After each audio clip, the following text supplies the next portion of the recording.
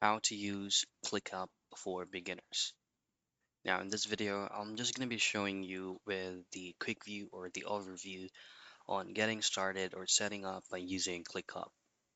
So of course, Clickup is actually a cloud-based all-in-one productivity and project management platform designed to replace multiple work apps.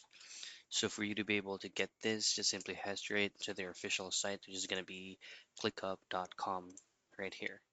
Now, once you're here, you can choose to get a demo by clicking this feature right here. You just need to input some basic details like your work email, first, last name, your phone number, your company name, and the number of employees that you're inserting into this software. Now, you can also try to scroll down from their official website for you to be able to see all of the features that they have. So they actually use this for plan, track and manage projects, tasks, and goals, and offering features like customized workflows and time tracking. And that's it. That is the quick overview on using ClickUp.